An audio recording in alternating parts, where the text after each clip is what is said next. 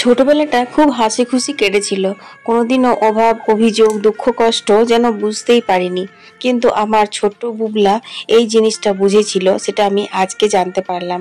দিন বলবো না, বছরটা ছিল লকডাউনের সময়। তো লকডাউনের সময় কি হয়েছিল না হয়েছিল, আর বুবলা কি বুঝেছিল, আর আজকে আমাকে তার পরিবর্তে কি বলেছে, সেটাই আজকে তোমাদের সঙ্গে শেয়ার করব। হ্যালো বন্ধুরা, তোমরা কেমন আছো? আশা করি সবাই অনেক ভালো আছো। যে যেখান থেকে আমার ভিডিও দেখছো, আসানসোল থেকে আমি অর্পিতা, তোমাদের অর্পিতা, আজকে তোমাদেরকে সাথে নিয়ে আবারও একটি ব্লগ শুরু করে দিলাম। সব থেকে প্রথমে হেলদি ব্রেকফাস্ট বানালাম। আজ হচ্ছে সুজির পায়েস বানালাম। গাওয়া ঘিয়ে সুজিটা বেশ ভালো করে ভেজে নিয়েছি, 2টি তেজপাতা দিয়ে। তারপর এক এক করে কাজু কিশমিশ, অল্প একটু মিষ্টি দিলাম, চিনি দিয়েছি। তারপর চিনি দেওয়ার পরেও কিন্তু বেশ খানিকক্ষণ ভাজলাম, এতে কালারটাও ভালো আসে আর গন্ধটাও খুব সুন্দর লাগে। তারপর আমি দিয়ে দিলাম হচ্ছে দুধ। এই সুজিটাতে যতটাই পরিমাণে লাগলো ততটাই দুধ দিলাম, জল আমি কিন্তু দিইনি।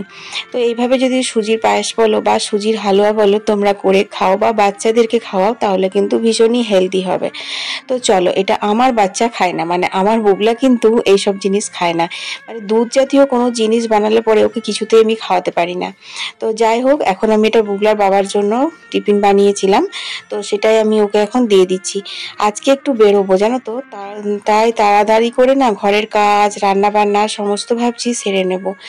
আজকে বেরোবো বলতে আজকে অনেকগুলো কাজ নিয়ে বেরোবো। যেমন ধরো, প্রথমে বুবলার স্কুলে যেতে হবে, বুবলার আজকে রেজাল্ট আছে, তো সেখানে যাব। তারপর সেখান থেকে বেরিয়ে একটু আসানসোল দিকে যাব, গাড়ি সার্ভিসিং করব, সেটার কারণেই যাব।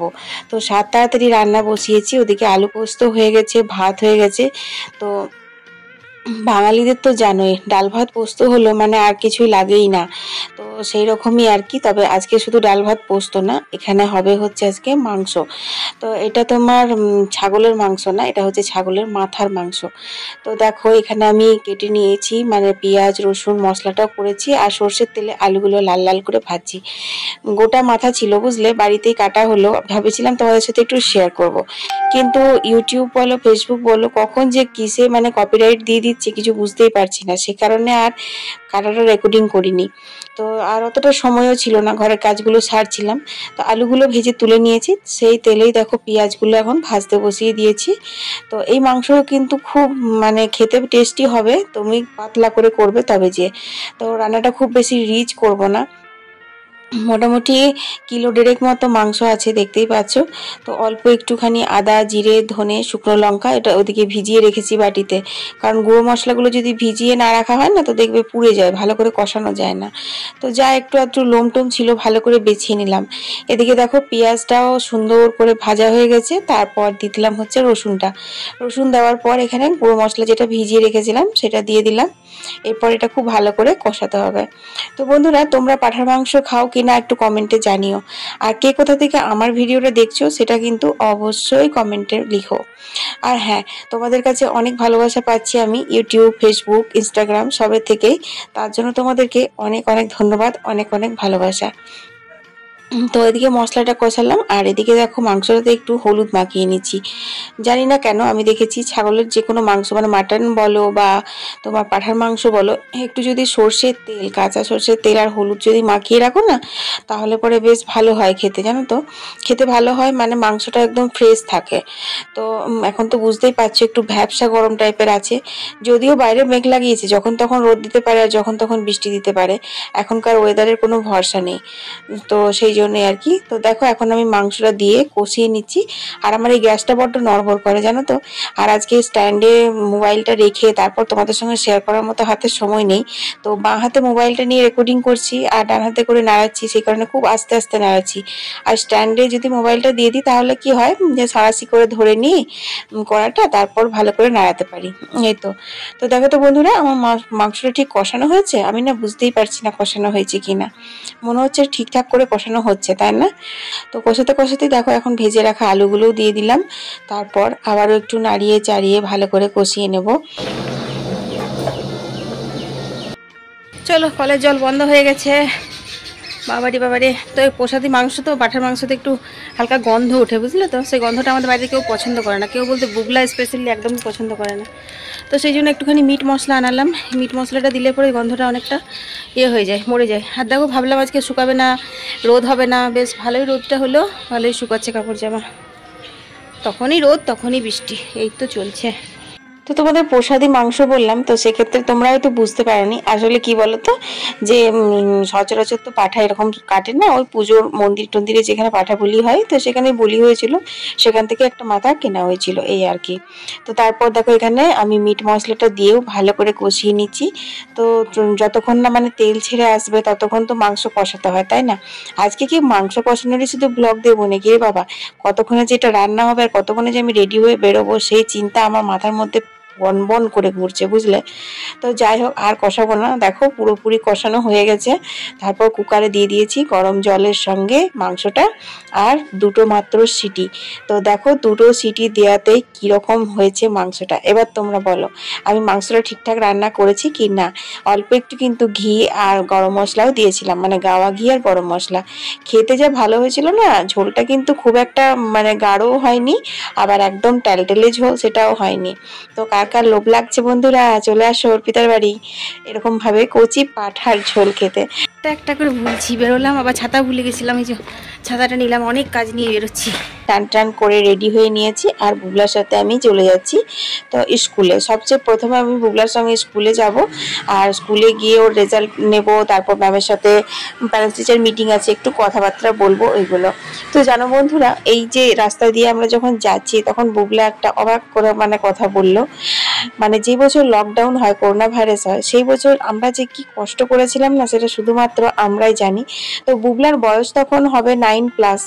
তো ওইটুকু বয়সে বুবলা যে এত বুঝতো সেটা আমি কোনোদিনও জানতে পারিনি, কারণ বুবলা আমাকে কখনো সেভাবে বলেনি, আজকেই বললো। তো আজকে কেমন বললো, মানে এই যে রাস্তাগুলো দিয়ে যখন আমরা যাচ্ছিলাম না তোমার রোদে গরমে, তখন হঠাৎ করে মানে বড় অফিস ক্রস করলাম, আসানসোল বড় অফিস। তো সেখানে আমরা গেছিলাম, বড় অফিস তখন আমি চিনতাম না, মানে আমি তো ঘর থেকে তখন বেরোইনি। এখন তো তবুও টুকটাক বুবলাকে স্কুলে আনা নেওয়া করতে করতে বেরোচ্ছি, কিন্তু তখন আমি বেরোতামই না ঘর থেকে। তো একজনের কাছে ঠিকানা নিয়ে বাসে করে এসেছিলাম বড় অফিস, অনেক কষ্টে খুঁজে খুঁজে। সেটা হচ্ছে আমার লক্ষ্মী ভান্ডারের জন্য। লক্ষ্মী ভান্ডার সবার টাকা উঠে গেছিল, কিন্তু আমার ওঠেনি, মানে ঢুকেনি। তো কি করব না করব বুঝতে পারছিলাম না, তখন সেইভাবে আর কি এসেছিলাম। তো আজ যখন স্কুটিতে করে আমরা এই জায়গাটা ক্রস করছি, তখন বুবলা হঠাৎ করে বলছে, মাম্মি এই জায়গাটা দেখে চিনতে পারছো? আমরা কত কষ্ট করে এসেছিলাম বলো। 10 টাকার কোল্ড ড্রিঙ্কস ছোট্ট মতো একটা বোতল কিনে তুমি আমি দুজন মিলে শেয়ার করে খেয়েছিলাম, আর আর্ধেকটা দূর হেঁটে তারপর বাস ধরেছিলাম। আসলে কি বলতো, দুবার বাস পাল্টাতে হয়, 10 টাকা করে ভাড়া ছিল। তখন বুবলা ছোট ছিল, বুবলার ভাড়াটা নিত না। তো সেই দুবার বাস পাল্টানোর জায়গায় আমরা একবার বাস পাল্টে আর একবারের টাকাটাতে কোল্ড ড্রিঙ্কস খেয়েছিলাম। তো সেইগুলোই বলছিল বুবলা। তো তখন তারপর হঠাৎ করে ওটা বলতে বলছে, তখন আমরা অনেক কষ্ট করতাম বলো মাম্মি, তখন তো আমাদের হাতে পয়সাই থাকতো না। এই জিনিসটা শুনে আমার খুব খারাপ লেগেছিল, জানো তো বন্ধুরা। তখন বুবলা অনেকটা ছোট ছিল, বুবলার কোনো রকম ত্রুটি আমরা করিনি। বুবলার খাওয়া দাওয়া, স্কুলের টিউশনের কোনো কিছুরই ত্রুটি আমরা করিনি।